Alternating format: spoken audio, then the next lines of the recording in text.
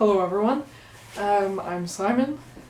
This is my YouTube channel. I've made a couple other videos on here, but today I am doing the writing process Authortube tag, if I count as an author.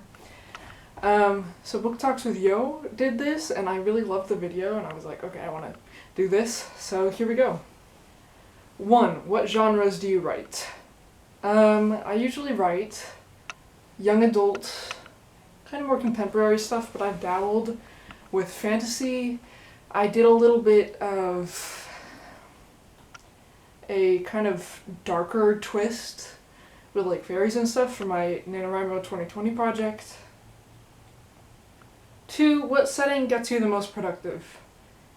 Definitely like contemporary stuff, like, oh yeah, they're in a town, they're hanging out, here's what their city looks like.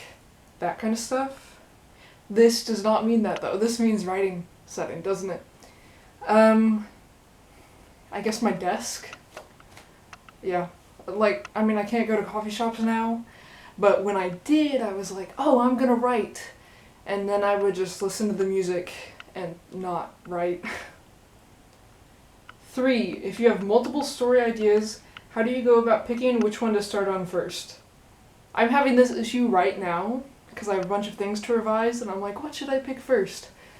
I usually go by both mood and which is going to be the easiest for me to go through and edit and revise and read through, which is why I'm like, okay, well, I have some smaller short stories that would be really easy for that and like typing them up and stuff. And then I have a 56,000 word manuscript, and I'm like, I can hold off on that right now. 4. Do you outline? I do outline sometimes. I think I like discovery writing more. It's what I do with my short stories, and I found when I outline a longer manuscript, I usually like lose the passion for it about halfway to 75% of the way through. I'm just like, yeah, I mean, I know what's gonna happen next. So it loses that kind of magic for me. 5. Do you start your first draft with pen and paper, typewriter, or computer? So I have a notebook full of writing stuff, and if I'm in the mood, I'll go through and I'll handwrite it. Usually that's for more of a like brainstorming process. For the actual draft, I use Scrivener, and I've been copying and pasting that into Google Docs so I can easily share it with friends, and it's easier for me to read on there. 6. What do you do to get through writer's block? Good question. I don't really. If I'm like, oh, I don't really feel like writing, then I'm not gonna write. If I'm like, oh, I just don't know where I'm going with the story, I'll mull it over. So I might not get any actual written words down unless I'm like, you know what, I'm just gonna sprint, I'm gonna get all my ideas down, and then I am going to try and pick that apart. 7. Do you format your project from the beginning or worry about that later? I love formatting. I love it so much. I do it from the start, because if it doesn't look good while I'm writing it, like the format stuff, I'm just like, what? I can't work on this. It's the same for editing for me, actually. I'm like, this isn't formatted in a way that is good. I just can't read it. So. 8. Do you edit as you go or when you're finished with the first draft? Once I'm done with the first draft is when I start editing. I am still kind of experimenting with how that looks. I've tried doing a second draft of one one manuscript, and I got like 12,000 words into my new draft for that, and then it was like, what do I do now? And I lost momentum with it. So, yeah, I don't have a lot of experience with that, except for like some short stories, but I do edit once I'm finished with it. 9. After finishing your drafts/manuscript, How long do you give it a break before you start going back over it, or do you give it a break at all? I'm very good about giving things breaks. My Nano 2019 project, I finished it, I think I must have finished it sometime in December of 2019. I have it in a Google Doc.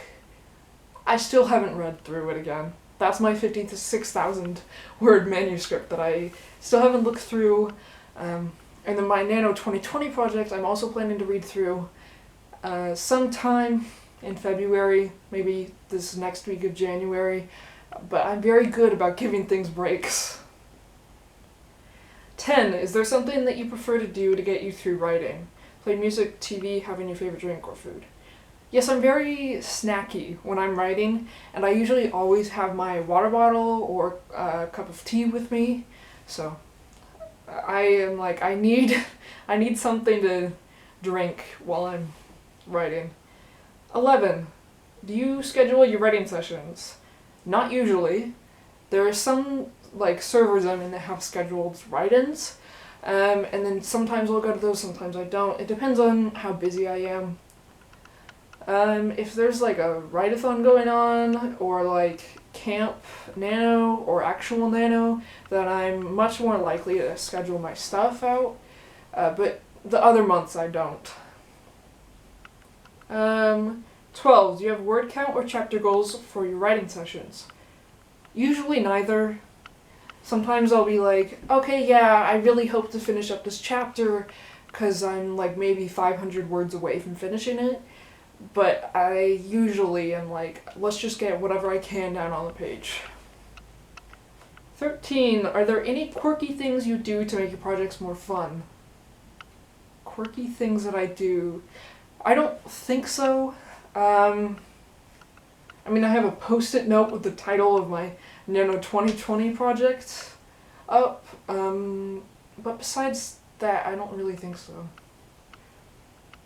14. Do you work on multiple projects at one time? Yes, so many. Sometimes, I mean, school gets in the way and I have to do writing for that. Like essays and then like articles and stuff. But if I am not too busy with all of that, then I usually have about at least 2 or 3 writing projects that I'm juggling. Sometimes I have a long manuscript in there. Usually it's just like writing it down and then publishing it, like short stories and stuff. 15. How often do you research what you're writing? Sometimes.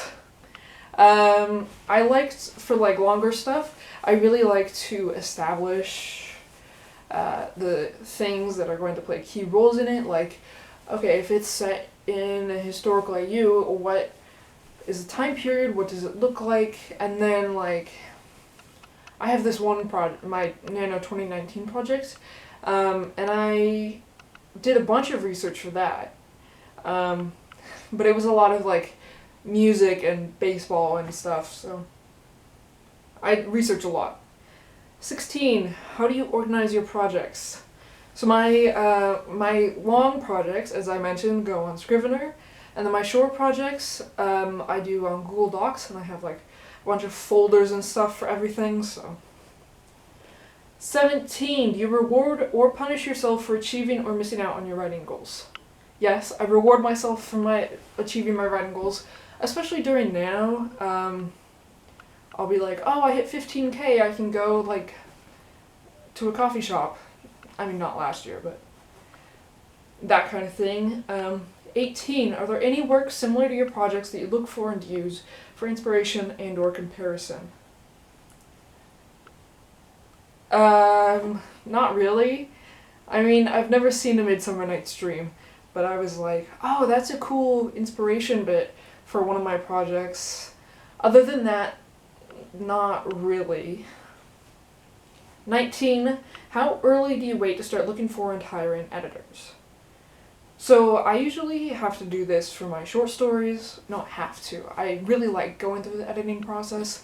Oftentimes it's just asking my friends. I'm like, oh hey, I'm almost done with this short story. It's going to be like 1,000 words. Can you look over it sometime in the next few days? So pretty quick turnaround, but they're short stories and I'm asking my friends, so. 20. If you finished a first draft or a manuscript, tell us how you felt afterwards. Pick your favorite, if you're not, okay. I have finished a first draft. I've finished. I consider them to be finished because I've moved on. I'm like, I'm done with my first draft because I'm not going to go back and edit it. I'm going to reread it. I'm going to revise it. I'm going to add more. So if we go by that definition, I have finished 3 longer things. I finished a bunch of short stories, like probably up to 50 short stories over the years, so. And 21, tag someone.